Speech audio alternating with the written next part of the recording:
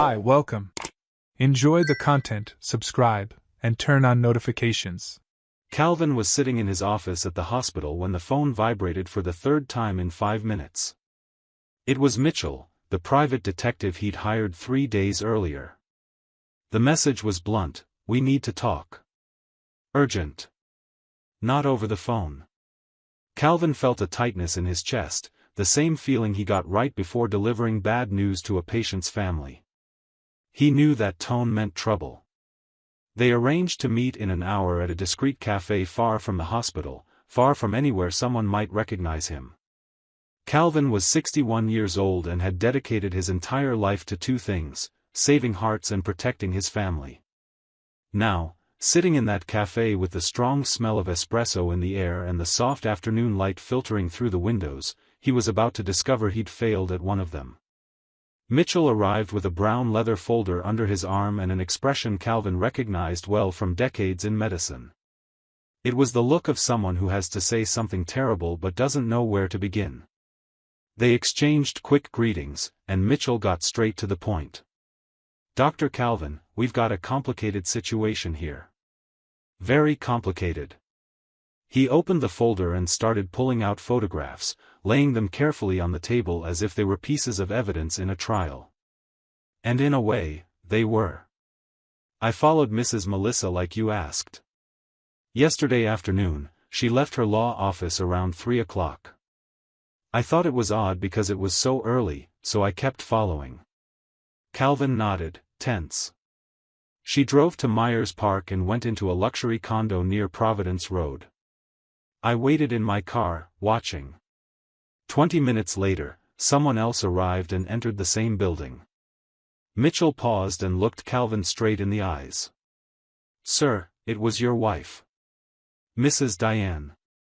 Calvin's world stopped for a second.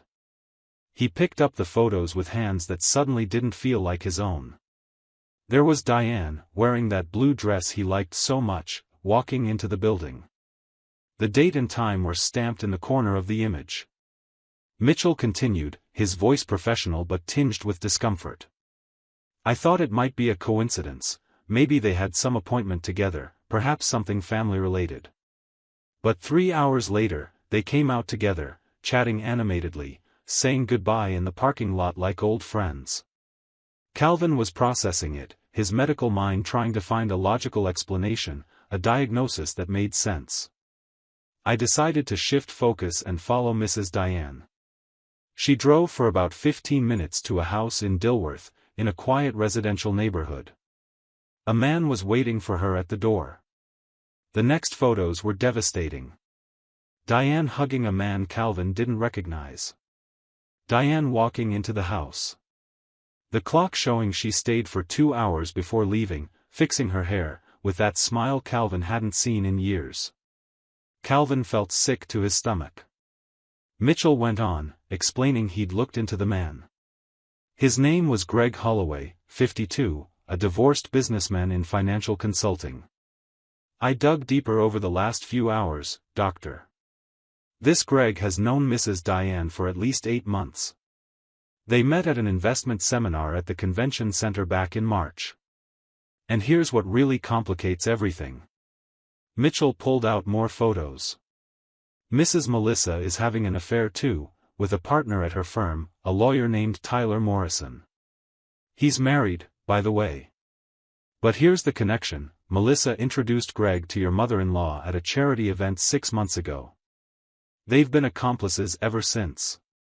Calvin couldn't believe it. "Accomplices?" Mitchell nodded. "Melissa provides alibis for Diane. When Diane says she's at the spa with her daughter-in-law or organizing charity events, she's actually with Greg. And Diane does the same for Melissa. When Melissa says she's out shopping or visiting galleries with her mother-in-law, she's with Tyler. They've built a perfect system. A pact of lies." Calvin leaned back in his chair, feeling the weight of 35 years of marriage crashing down on him. He'd hired that detective to protect his son, to find out if Melissa was cheating on Jason. And she was. But what he hadn't expected was to discover that his own wife, the woman he'd shared more than 3 decades of life with, was doing exactly the same thing. Worse, the two of them were working together, covering for each other, probably laughing at the naivety of the men who loved them. Calvin asked for all the evidence. Mitchell had everything organized: dated and timed photos, short discreetly filmed videos, even credit card receipts he'd obtained through investigative contacts. Diane had been using a secondary card Calvin rarely checked.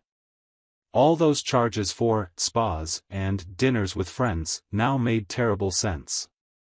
Calvin paid the detective, thanked him for his professional work, and left that cafe a different man than the one who'd walked in. He was a surgeon, used to making quick, precise decisions in life-or-death situations. He wasn't going to waste time gathering more proof or suffering in silence. He knew exactly what to do. That evening, Calvin got home earlier than usual. Diane was in the kitchen preparing dinner, wearing a white apron and softly humming a tune he didn't recognize. The scene was so domestic, so normal, that Calvin felt a wave of pure anger rise in his chest. How could she do it? How could she do this every day, pretending everything was fine, that they were a happy couple, while sleeping with another man 3 times a week? Diane turned when she heard him come in and smiled. "Hey, honey. Didn't expect you so early. I'm making that salmon you like." Calvin set the folder on the kitchen counter, right next to the cutting board where Diane was chopping vegetables. "Diane, we need to talk. Now." The tone of his voice made her smile falter. "What's wrong? Did something happen at the hospital?"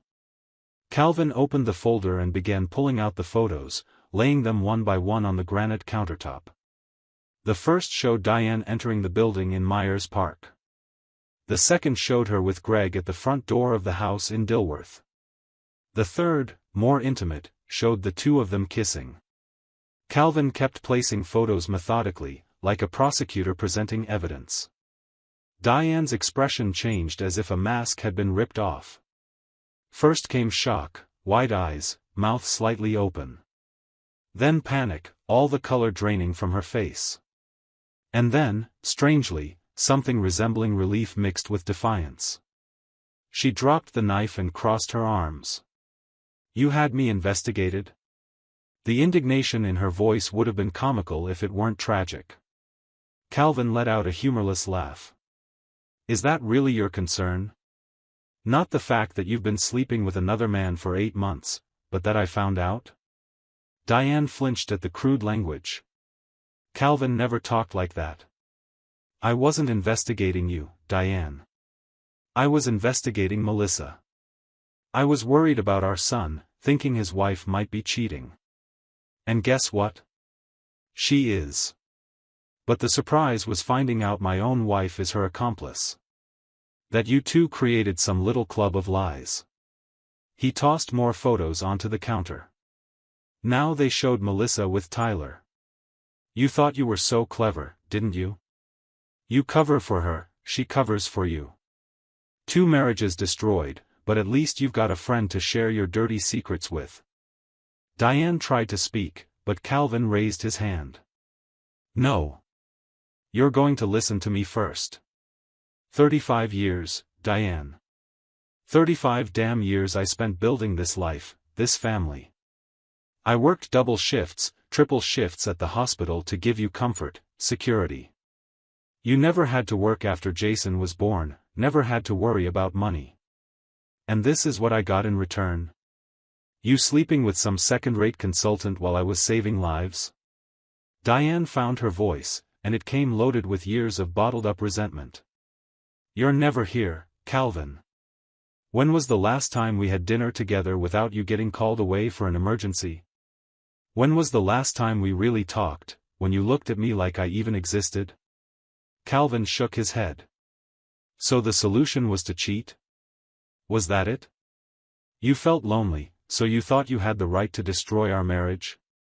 Diane stepped forward, her eyes glistening with tears and anger. "I didn't destroy anything that wasn't already dead. This marriage has been dead for years, Calvin. You just didn't notice because you're always too busy, always too important with your surgeries and your patients. Greg makes me feel alive again. He listens to me. He sees me. Calvin felt her words like knife wounds, but his voice came out cold and controlled. Greg makes you feel alive?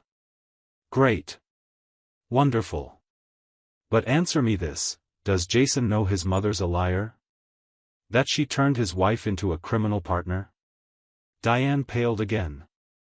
You wouldn't, Calvin cut her off. I already did. I called Jason before coming home. He's on his way. He'll be here in about 20 minutes. I showed him the photos too, the ones of Melissa with that lawyer. He deserves to know his wife's cheating. And he deserves to know his own mother knew and helped hide it. Diane brought a hand to her mouth. My God, Calvin, you had no right, Calvin exploded. I had no right? Are you serious?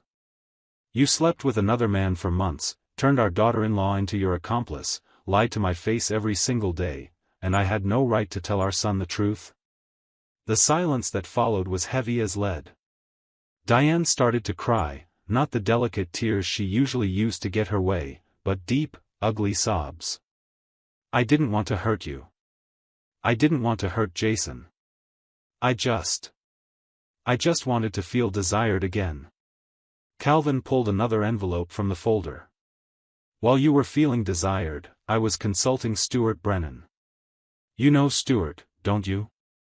Charlotte's most respected divorce attorney. He reviewed our case this morning. Diane looked up, frightened. We're in North Carolina, Diane. It's a no-fault divorce state, but adultery still affects alimony. And with this evidence? He tapped the folder. With dated photos, videos, receipts, witnesses, Stuart says you'll be lucky to get any alimony at all. As for asset division, well, you'll get what the law entitles you to, but don't think you're walking out of here with half of what I built. I've already started protecting our assets. All legal, all within the law. Diane sank into a chair, reality crashing down on her like an avalanche. You've already decided everything. You're not even going to try talking, therapy, anything? Calvin leaned forward, placing his hands on the table, his eyes locked on hers. Therapy? To fix what, exactly? You didn't trip and fall into bed with Greg, Diane. You chose. You chose every time you lied. Every time you covered for Melissa. Every time you looked me in the eye and pretended we were a happy couple. Those were conscious choices. And now you'll live with the consequences. The doorbell rang. Jason had arrived. Calvin went to answer it, leaving Diane shattered in the kitchen. When Jason walked in, his face was pale, his eyes red. It was clear he'd been crying on the drive over. Father and son embraced, a silent connection of shared pain. Diane appeared in the kitchen doorway, trying to pull herself together. Jason, honey, I can explain. Jason raised his hand, the same gesture his father had just used. He'd inherited more than Calvin's looks. No, Mom. Dad already showed me everything. The photos of you with that man. The photos of Melissa with her partner. And he told me about your little scheme. His voice trembled but stayed firm. You knew my wife was cheating on me and didn't tell me. Worse, you helped her hide it. You're my mother. How could you? Diane tried to move closer, but Jason stepped back. It wasn't like that, Jason. Melissa was going through a hard time, she confided in me, I couldn't just. Jason cut her off. Hard times? Do hard times justify cheating? And you, Mom? What were your problems that justified cheating on Dad for 8 months? He looked at Calvin, who remained silent, letting his son speak. Dad showed me everything. Told me he was investigating Melissa because he sensed something was wrong. He was trying to protect me. And you? You were making a fool out of me. Diane tried once more. Son, your father isn't perfect. He's never home, always puts work first, Calvin interrupted, his voice sharp. Don't try to shift blame onto me in front of our son, Diane. I worked hard my whole life to give this family everything it has. You want to blame me for being a dedicated provider? For saving lives? Go ahead. But don't change the subject. The issue here is betrayal. It's lies. It's complicity. Jason looked between his parents, watching the family he'd known his whole life disintegrate before his eyes. I need to go. I need to go home and confront Melissa. Calvin placed a hand on his son's shoulder. The evidence is in the folder. Everything you need. Stuart, my lawyer, can refer you to someone good for divorce. Someone who'll protect your interests. Jason nodded, picked up the folder, and walked out without looking back, without saying goodbye to his mother. When the door closed, Calvin turned to Diane one last time. You can stay tonight. Tomorrow morning, I want you out of this house. You can go to Greg's place, since he makes you feel so alive. You can go wherever you want. But not here. Diane was crying again. Calvin, please, can't we? Calvin shook his head. There's nothing to talk about. You made your choices. Now live with them. Oh, and one more thing. He picked up the phone. I called Margaret and Robert this afternoon. Margaret and Robert had been the couple's closest friends for 25 years. I told them everything. Showed them the proof. Margaret was especially shocked. I think she always admired you, always said our marriage was an example. Imagine her disappointment. Diane turned pale. You told our friends? Calvin smiled, but there was no humor in it. I did. And I'll tell others too. I won't lie for you, Diane. I won't pretend our marriage ended over irreconcilable differences or any crap like that. People will know the truth. You destroyed this family, and everyone will know exactly how. Diane started screaming, calling him cruel, vengeful. Calvin simply walked upstairs, went to the guest room, locked the door, and left her shouting in the living room. In the weeks that followed, hell unfolded on multiple fronts. Jason confronted Melissa that very night. The photos were undeniable. Melissa first tried to deny it, then downplay it, then blame work stress and a passionless marriage. Jason, who'd learned from his father about dignity and boundaries, simply served her divorce papers a week later. Melissa tried to reconcile, cried, begged, but Jason was unmoved. Betrayal was one thing. Complicity with his mother, turning the whole family into a farce, was unforgivable. Tyler Morrison, Melissa's lover, had his own troubles. When the partners at the law firm found out about the affair through rumors that quickly spread through Charlotte's legal community, he was discreetly but firmly pressured to leave the firm. Extramarital relationships with colleagues were bad for the firm's image, especially a conservative one that handled family law cases. Tyler left the firm within 3 months, and his own marriage collapsed when his wife found out everything. Greg Holloway, the businessman who made Diane feel alive, reacted exactly as Calvin had predicted. Once he realized the scale of the scandal, how it was spreading through Charlotte's business circles, how his name was being tied to the destruction of a respected family, Greg simply vanished. He stopped answering Diane's calls, blocked her, even changed his number. Men like Greg loved married women precisely because they were safe, commitment-free, low maintenance. But a divorced woman, socially ruined, needy, and requiring support? That wasn't part of the plan. Diane found herself not only divorced but abandoned by the man she'd risked everything for. The asset division took 8 months of tense negotiation. North Carolina follows equitable distribution, not necessarily equal. Calvin's lawyer Stuart strategically used the evidence of adultery. Although state law doesn't let infidelity directly affect asset division, he argued that Diane had used marital funds to sustain the affair, including the joint credit card for hotels, gifts, and dinners with Greg. In the end, Calvin kept the family home, most of the substantial savings accumulated over decades of well-paid medical work, and his investments. Diane received a smaller share, enough to live comfortably, but far from the lifestyle she'd enjoyed. As for alimony, the judge granted a modest temporary amount for only 3 years, considering the marriage's length but also Diane's conduct and the fact that at 56, she was capable of working. A year and a half later, life had reshaped itself in ways no one could have predicted on that fateful night. Calvin remained a respected surgeon. If anything, the scandal had earned him sympathy in medical and social circles. He was seen as the wronged party, the devoted man who'd been betrayed while saving lives. He'd started dating casually, nothing serious, but was learning to live for himself for the first time in decades. He discovered he enjoyed traveling, something he'd never had time for while building his career and raising a family. He went to Italy, to Japan, places Diane had always wanted to visit but never did. There was irony in that, and Calvin didn't mind. Jason was living in a new downtown Charlotte apartment. His divorce from Melissa had been finalized in 6 months.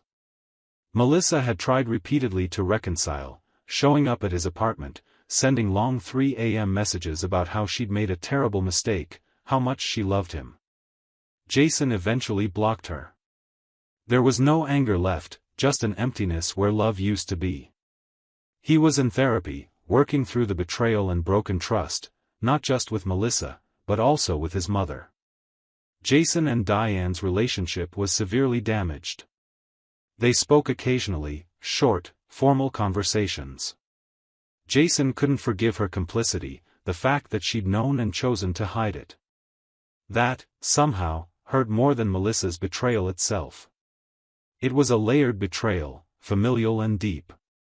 Calvin and Jason, on the other hand, had grown closer than ever. Shared suffering had united them in a way years of family dinners never had. They played golf regularly, had dinner together, talked about life, trust, rebuilding. Calvin taught his son what decades of medicine had taught him, that pain is inevitable, but suffering is optional. That healing takes time, but it happens if you allow it. Diane was living in a modest apartment in a less affluent Charlotte neighborhood. The Pilates studio she'd run as a hobby shut down shortly after the divorce. Without Calvin's financial support and with her reputation tarnished among clients, it simply wasn't viable. She'd found work giving private piano lessons again, returning to the profession she'd abandoned 30 years earlier. It was humiliating, in a way, starting over after all that time. But maybe it was what she needed. Loneliness weighed heavily on her. Margaret, Robert, and the couple's other friends had taken sides, and most had stood with Calvin. Not out of malice, but because the truth was clear, Diane had cheated, lied, and manipulated.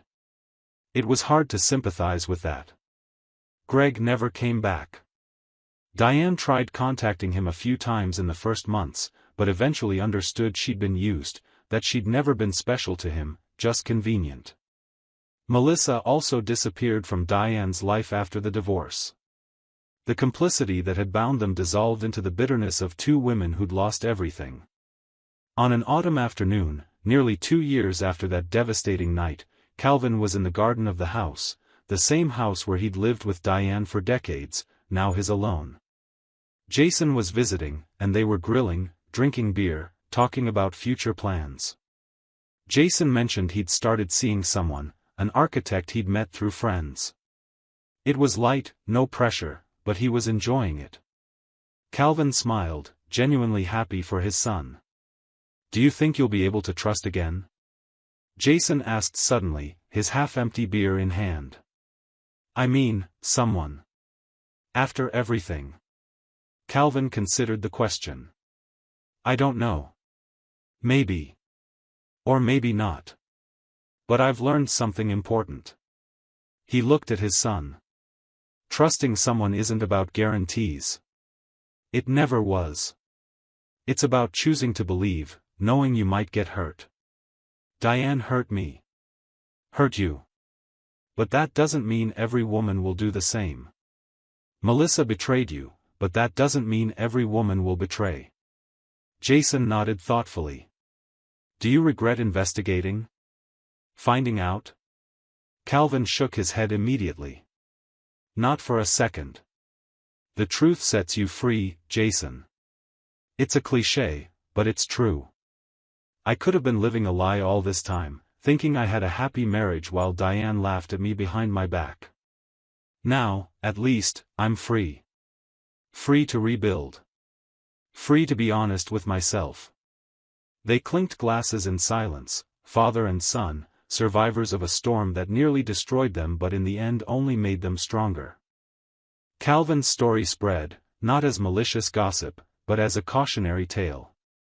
In medical circles, in social groups, it became the example of the man who tried to protect his son and ended up saving himself. It was the story of the detective hired to investigate the daughter-in-law who exposed the wife. It was the lesson about female complicity in betrayal, about how lies intertwine and families unravel. But it was also a story about dignity in pain, about facing the truth head-on, about not collecting evidence when one piece is enough, about acting quickly and decisively when trust is broken. Calvin learned, in the most painful way possible, that danger doesn't always come from where you expect. He'd been protecting his son, caring for his family, being the vigilant patriarch. But while he looked outward, the enemy was inside his home, sharing his bed, his dinners, his life. And Diane? She learned that choices have consequences. That comfort comes at a price. That men like Greg don't save anyone, they just use. That accomplice friends aren't true friends. And that when you destroy an entire family for a moment of passion, you destroy yourself most of all. Charlotte kept turning, the seasons changed, life went on. But for some people, that day when the photos were laid on the granite countertop split their lives into before and after. Before the truth, and after it. And there was no going back. Thank you for watching the video. If you enjoyed it, don't forget to subscribe to the channel and turn on notifications so you won't miss any updates. See you next time.